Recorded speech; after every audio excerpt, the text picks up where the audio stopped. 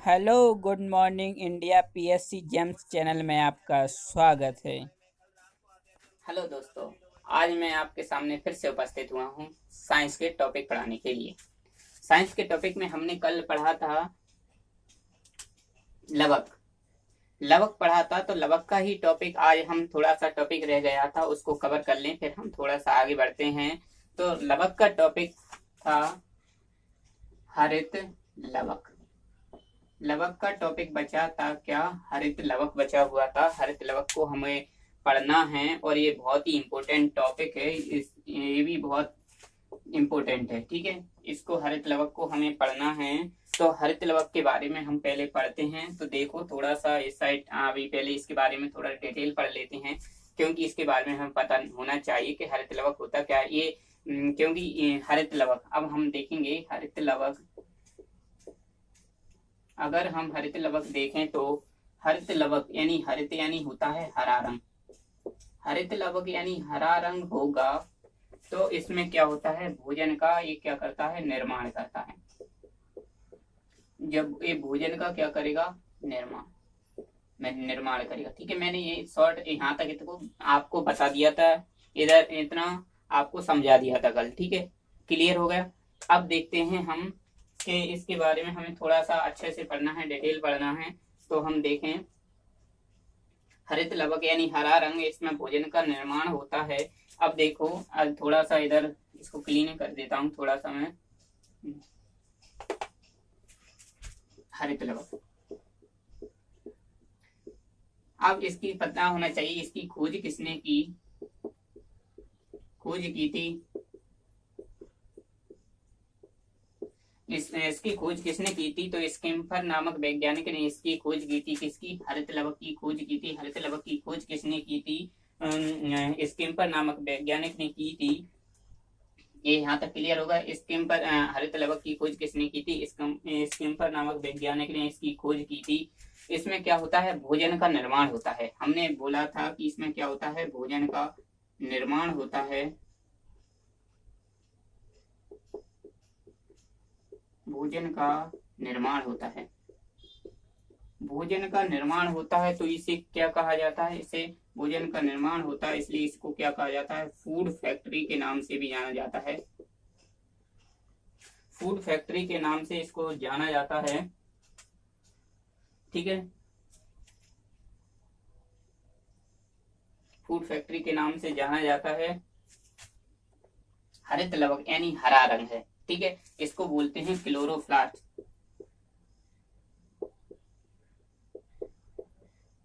Chloroplast बोलते हैं, chloroplast बोलते हैं, ठीक है।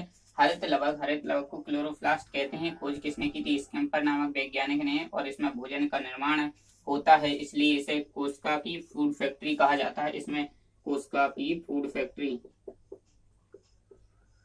फूड फैक्ट्री का निर्माण होता है, इसलिए इसमें कोशिका की क्या कहा जाता है, फूड फैक्ट्री इसको कहा जाता है, ठीक है। हरित लवक यानी हरा रंग होता है। हरा यानी पौधे में, मतलब इसमें क्या होता है, डीएनए यानी डीएनए उपस्थित होगा। क्या होगा? डीएनए उपस्थित होगा। डीएनए क्या होगा, उपस्थित होगा, ठीक है। फूड फैक्ट्री हो गई, ठीक है। तो इसके मतलब फूड फैक्ट्री यानी भोजन का बनाते हैं, तो रसोई घर में बनाते हैं, इसलिए इसको रसोई घर के नाम से भी जाना जाता है। ट्रिक देखो, हमने कहा है कि हरित लवक यानी हरा रंग यानी होता है, भोजन का निर्माण करता है। इसमें फूड फैक्ट्री यानी कोशिका की फूड फैक्ट्री के नाम से जाना जाता है। हम भोजन, मान लो हम अपने घर में ही देखो कि भोजन हम कहाँ बनाते हैं, तो रसोई में बनाते हैं ना। तो जब रसोई में बनाएंगे तो इसका अन्य नाम क्या हो जाएगा, रसोई घर यानी रसोई गृह हो जाता है। साइंस की भाषा में रसोई गृह के नाम से भी जाना जाता है, ठीक है। ये आप पहले स्क्रीनशॉट ले लीजिए, ठीक है। मैं आगे बढ़ता हूं पहले, ठीक है। अब पहले हमें अब इसके बारे में यहाँ तक पता हो गया कि हरित लवक की खोज किसने की थी, स्किम्पर नामक वैज्ञानिक ने की थी। इसमें भोजन का निर्माण होता है, और भोजन का निर्माण होगा तो इसमें क्या होता है, कोशिका की फूड फैक्ट्री इसको कहा जाता है। फूड फैक्ट्री कहा जाता है तो मतलब भोजन कहाँ बनाते हैं, तो रसोई में बनाते हैं। तो क्या होता है, इसका अन्य नाम क्या हो जाएगा, रसोई गृह हो जाएगा इसका नाम। यहाँ तक यहाँ क्लियर हो गया, ठीक है। हरित लवक हम पढ़ रहे हैं। ठीक है। और इसमें डीएनए क्या होगा, उपस्थित होता है। हरित लवक की बात करें तो ये किसमें उपस्थित होता है, तो ये उपस्थित होता है पादप में।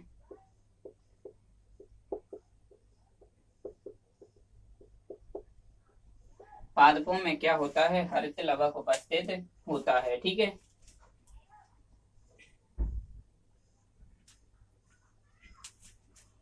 ठीक है, क्लियर हो गया, क्लियर कर दें।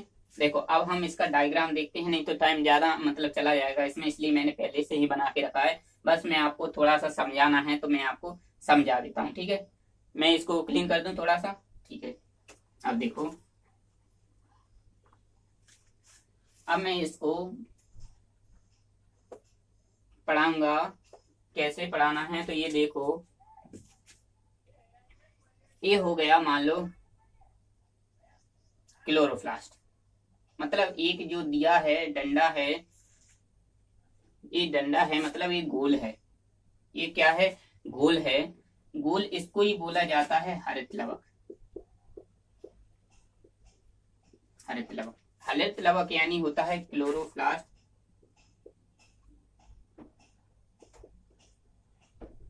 क्लोरोप्लास्ट होता है, हरित लवक क्लोरोप्लास्ट होता है। तो हरित लवक यानी ये क्या हो गया, गोल हो गया। अब मैं जब इन गोलों को आपस में मिला दूंगा, जब इनमें आपस में गोलों को मिला दूंगा, जैसे मैं इनको मैंने मिला दिया, तो इनको गोलों को मिलाने से क्या बनेगा, तो ये बनेगा ग्रेना।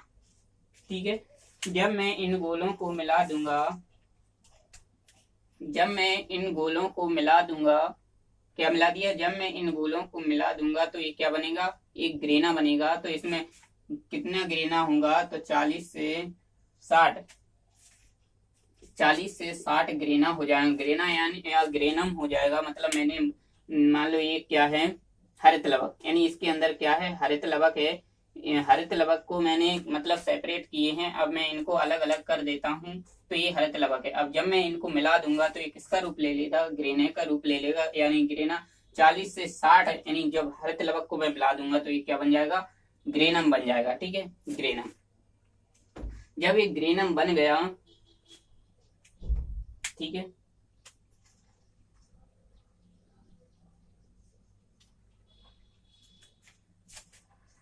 ग्रेना बन गया। अब मैं जब ग्रेना, ये हटा दूं, ठीक है, ग्रेना बन गया। अब ये ग्रेनाओं को मैं आपस में मिला देता हूँ। जब ग्रेनाओं को मैं आपस में, प्रत्येक ग्रेना को अगर मैं मिला देता हूँ तो ये क्या बन जाता है, थाई लिक्वाइड बन जाता है। थाई लिक्वाइड में कितने ग्रेना होते हैं तो ये पता होना चाहिए, यानी 2 से 100, यानी प्रत्येक ग्रेना से कितना बनता है, 2 से 100 क्या बनता है, थाई लिक्वाइड बनते हैं। यानी प्रत्येक ग्रेना से क्या बनेगा, थाई लिक्वाइड बनेगा। और प्रत्येक थाई लिक्वाइड से क्या होगा, प्रत्येक थाई लिक्वाइड से क्या होगा, 100 क्वांटम सम का निर्माण होगा। यानी ये दिया है इसमें देखो, ये होता है ग्रेना। इनको मैंने मतलब ये ग्रेना को मैंने अलग सेपरेट कर लिया तो ये क्या होगा, ग्रेना हो गया। ग्रेना मैंने बताया है कि कितने 40 से 60 ग्रेना होंगे, तो ये ग्रेना हो गया। अब इसके बाद थाई लिक्वाइड में कन्वर्ट हो जाएंगे। थाई लिक्वाइड में कितने, 2 से 100 थाई लिक्वाइड में परिवर्तित हो जाएंगे।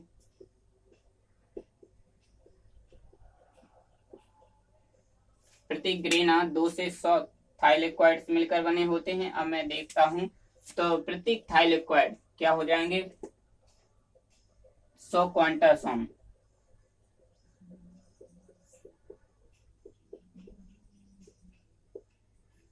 100 क्वांटासोम से मिलकर बने होते हैं, 100 क्वांटासोम होते हैं। एक प्रत्येक थाई लिक्वाइड जो होगा वो कितने होता है, 100 क्वांटासोम होते हैं। ठीक है, और प्रत्येक मतलब 100 क्वांटासोम। अब मैं एक क्वांटासोम की बात करें तो एक क्वांटासोम कितने, मतलब 270 से 300 पर्णहरे में क्या होते हैं, उपस्थित होते हैं। ठीक है, 200 से 300 पर्णहरे में होते हैं। ठीक है,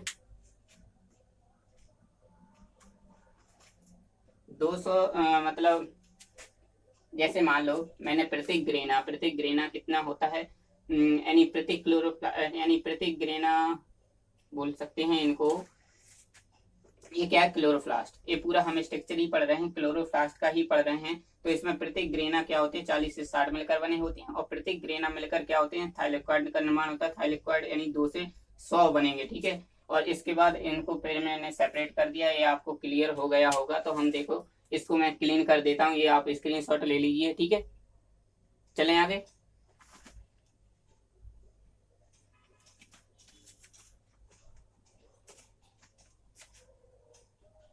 ठीक है, अब हमें ये तो हमें हरित लवक हो गया। हरित लवक तो कोई ज्यादा वो नहीं था, हमने इसको पूरा कर लिया। अब आज का हमारा टॉपिक है, आज का हमारा टॉपिक है वो है केंद्रक।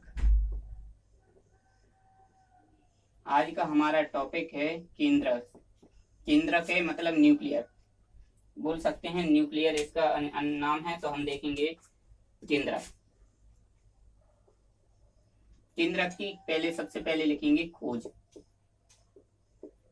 केंद्रक की खोज किसने की थी, तो रॉबर्ट ब्राउन ने। और मैं इसको ट्रिक भी बताऊंगा कि तुम हाल की हाल कैसे तैयार कर सकते हो, कभी भूलोगे भी नहीं, ठीक है। रॉबर्ट ब्राउन ने इसकी खोज की थी, ठीक है। और इसमें अन्य नाम है कैरियोन। अन्य नाम क्या हो गया इसका, कैरियोन नाम हो गया। एक वैज्ञानिक आते हैं, एक वैज्ञानिक कौन आते हैं, तो हैमरलिंग। हैमरलिंग नामक एक वैज्ञानिक आते हैं और बताते हैं, क्या बताते हैं कि केंद्रक जो होता है, हैमरलिंग नामक वैज्ञानिक बताते हैं कि केंद्रक जो होता है कोशिका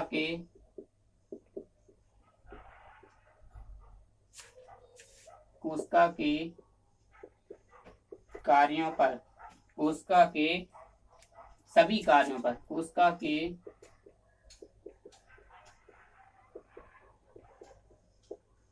सभी कार्यों पर नियंत्रित, कोशिका के सभी कार्यों पर क्या करता है, नियंत्रण रखता है, या नियंत्रण करता है, रखता है। इसलिए उन्होंने कहा, हैमरलिंग नामक वैज्ञानिक ने बताया कि जो केंद्रक होता है, केंद्रक होता है जो कोशिका के सभी कार्यों पर क्या करता है, नियंत्रण रखता है, नियंत्रण रखता है। इसलिए इसे कोशिका का मस्तिष्क,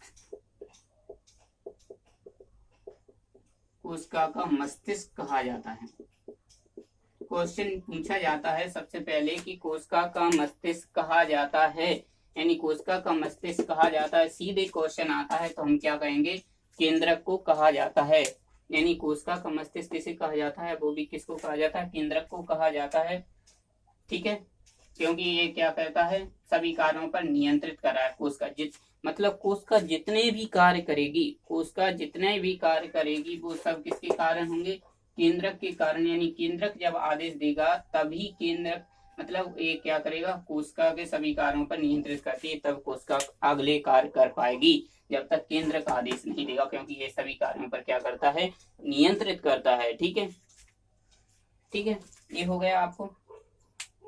और इसमें जो केंद्रक होता है, देखो इसमें एक उपस्थिति भी होगी, उपस्थित होता है। तो हमने पहले भी पढ़ा है, एक पादप कोशिका में भी उपस्थित होता है, पादप कोशिका में उपस्थित रहता है, जंतु कोशिका में भी उपस्थित रहता है। देखो ये 3 नंबर का क्वेश्चन भी बन जाएंगे कि कोशिका की खोज किसने की थी, लिख देंगे रॉबर्ट ब्राउन ने। अन्य नाम है कैरियोन, उपस्थिति पादप कोशिका में, और इसका जो कार्य होता है वो कोशिका के सभी कार्यों पर नियंत्रित रखता है। तो वेरी इंपॉर्टेंट क्वेश्चन है ये, 3 नंबर का भी बन सकता है, 5 नंबर का भी क्वेश्चन आ सकता है, वो पीएससी में, ठीक है। एमपीपीएससी में ये क्वेश्चन आ सकता है, इसकी खोज आ सकती है, 3 नंबर का क्वेश्चन बन सकता है, और बनेगा ही, क्योंकि साइंस का पोर्शन अब इस बार ज्यादा हो गया है।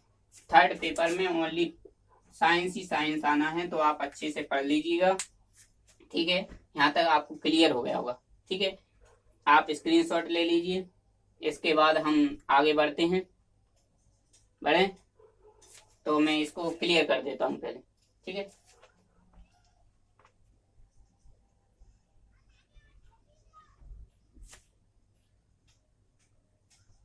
अब मैंने इसको क्लियर कर दिया। अब मैं इसका क्या बनाऊंगा, डायग्राम बनाऊंगा या चित्र बनाऊंगा। तो चित्र बनाने से मतलब क्या होगा कि हमें बिल्कुल क्लियर हो जाएगा। देखो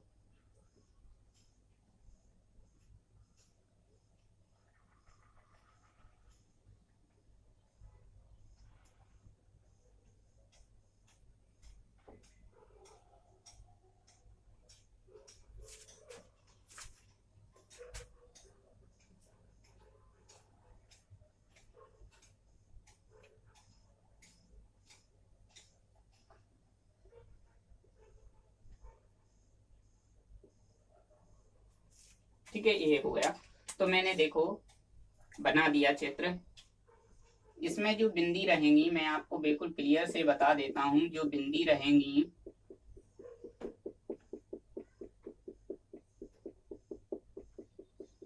ये हम स्ट्रक्चर पढ़ रहे हैं केंद्रक का। अगर हम स्ट्रक्चर पढ़ रहे हैं केंद्रक का तो इसमें जो भरा होगा द्रव वो क्या होगा, तो वो होगा, कौन होता है, केंद्रक द्रव।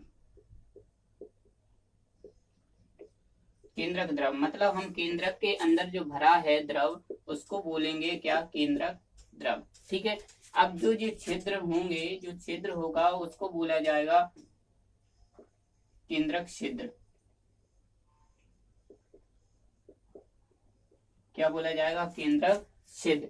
और इसमें जो भी मतलब जैसे क्रियाएं होती हैं, जैसे एक क्रॉस देख रहे होंगे, ये होता है क्या, क्रोमोसोम यानी क्रोमेटिन होता है। ये क्या हो जाएगा, क्रोमेटिन। क्रोमेटिन से ही गुणसूत्र का निर्माण होता है। समझना, मैं आपको अभी बताऊंगा। देखो ये इसमें ये क्रॉस मल्टीप्लाई जैसा निशान दिखेगा वो क्या होगा, क्रोमेटिन होगा। क्रोमेटिन से ही किसका निर्माण होगा, गुणसूत्र का ही निर्माण होगा, गुणसूत्र का। और इसमें एक केंद्रक के अंदर ही एक केंद्रका होती है। केंद्रक के अंदर ही ये क्या होती है, केंद्रका होती है। देखो हमने ये समझा कि देखो कि जो केंद्रक है, केंद्रक के अंदर भरा हुआ द्रव क्या, केंद्रक द्रव कहलाता है। और इसमें जो केंद्रक है, केंद्रक के जो भी मतलब छिद्र खुले हुए हैं उनको केंद्रक छिद्र कहा जाता है। कोशिका के यानी केंद्रक के अंदर ही केंद्रका होती है और केंद्रक के अंदर ही क्या होता है, क्रोमेटिन होता है। और उसका ही मतलब इससे क्या निर्माण होता है, गुणसूत्र का निर्माण होता है। ठीक है। और देखो जो झिल्ली होगी, जैसे ये अंदर की है तो ये क्या हो जाएगी, आंतरिक झिल्ली, आंतरिक झिल्ली। और जो बाहर की झिल्ली है उसको क्या बोलेंगे, बाहरी झिल्ली,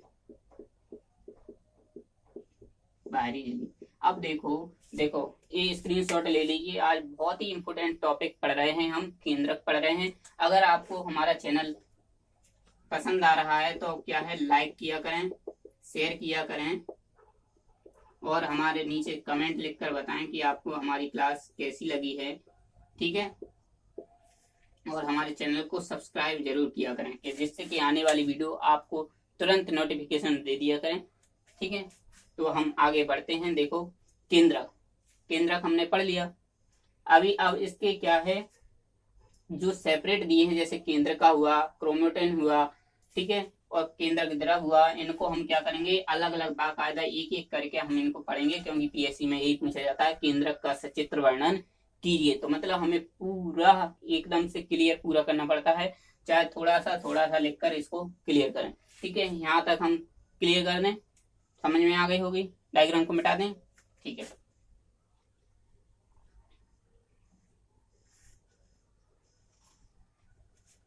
अब हम पढ़ने वाले हैं, क्या पढ़ने वाले हैं, तो हम देखेंगे केंद्र का। हम सेपरेट इनको पढ़ेंगे और बस हमें इनकी खोज लेकर चलना है। देखो 3 नंबर का हम बनाएंगे केंद्र का, केंद्र का। ठीक है, इसको सबसे पहले लिखेंगे खोज। केंद्र का की सबसे पहले खोज किसने की थी, तो ये फोंटाना नामक वैज्ञानिक आए, उन्होंने इसकी क्या की थी, खोज की थी।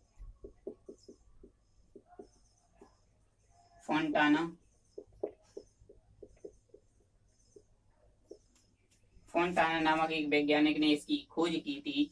पर इसका शब्द जो दिया था, इसका जो शब्द जो दिया था वो किसने दिया था? बॉमान नामक वैज्ञानिक ने इसका क्या दिया था? शब्द दिया था।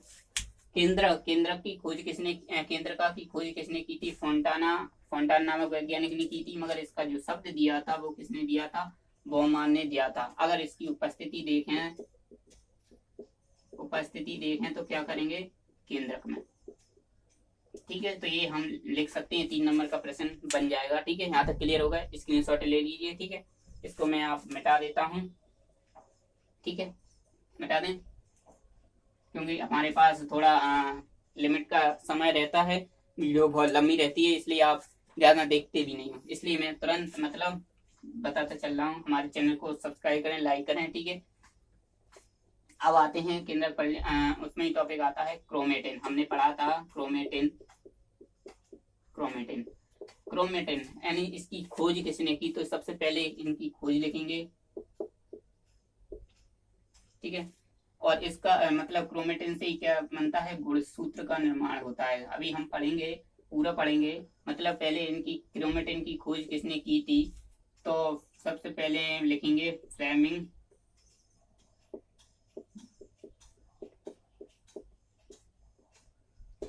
वैज्ञानिक ने, और स्टोसबर्गर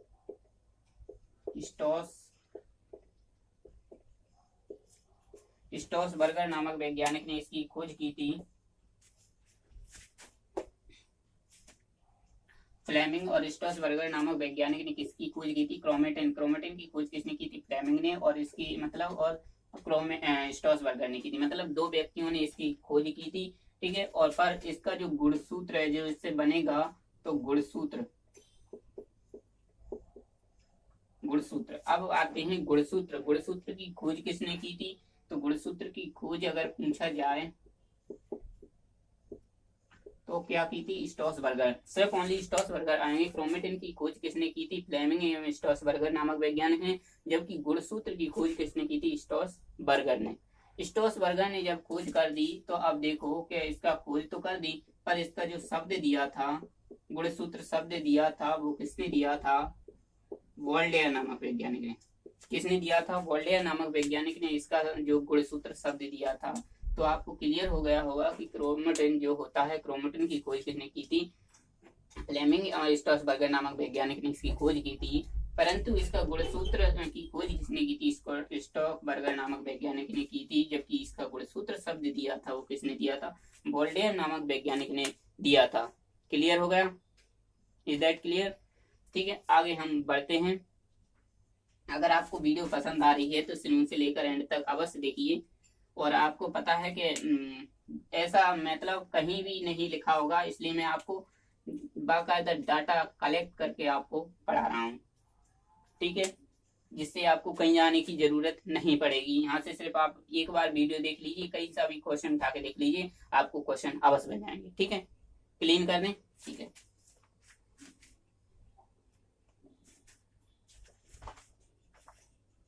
अब हमारा एक टॉपिक और बचा था, वो है केंद्रक द्रव।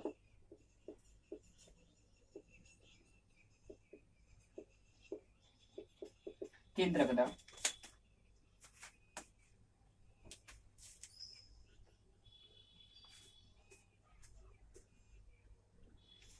केंद्रक द्रव।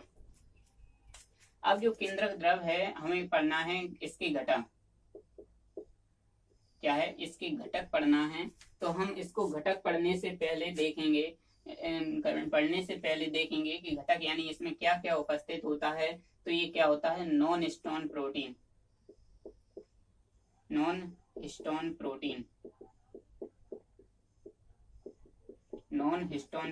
होता है। नॉन हिस्टोन प्रोटीन यानी नॉन यानी नहीं, यानी देखो हम पहले लिखेंगे डीएनए प्लस प्रोटीन। हमने बोला है कि नॉन हिस्टोन प्रोटीन, और इसके बाद होता है हिस्टोन प्रोटीन। इसमें भी डीएनए प्लस प्रोटीन। मैं समझा रहा हूं आपको पहले से। देखो, नॉन हिस्टोन प्रोटीन यानी नॉन यानी होता है नहीं, नॉन हिस्टोन प्रोटीन यानी होता है नॉन यानी नहीं। तो नहीं मतलब क्या होता है? इसमें डीएनए उपस्थित नहीं होता है मतलब क्या होता है, अनुपस्थित नॉन हिस्टोन प्रोटीन में। नॉन हिस्टोन प्रोटीन में ये क्या होता है, डीएनए अनुपस्थित रहता है, जबकि डीएनए इसमें क्या होता है, उपस्थित रहता है। क्लियर हो गया? ठीक है, पता हो गया? ठीक है। और इसमें जो प्रोटीन रहेगा वो कितना परसेंट रहेगा, 65%। ओनली इसमें नॉन हिस्टोन प्रोटीन में सिर्फ डीएनए कोई काम का नहीं है, सिर्फ ओनली इस पर प्रोटीन रहती है 65%। ठीक है, तो ये मैं आपको मिटा देता हूँ। ठीक है, और अगर इसमें डीएनए प्लस प्रोटीन मिलकर बनाते हैं 10 से 15%।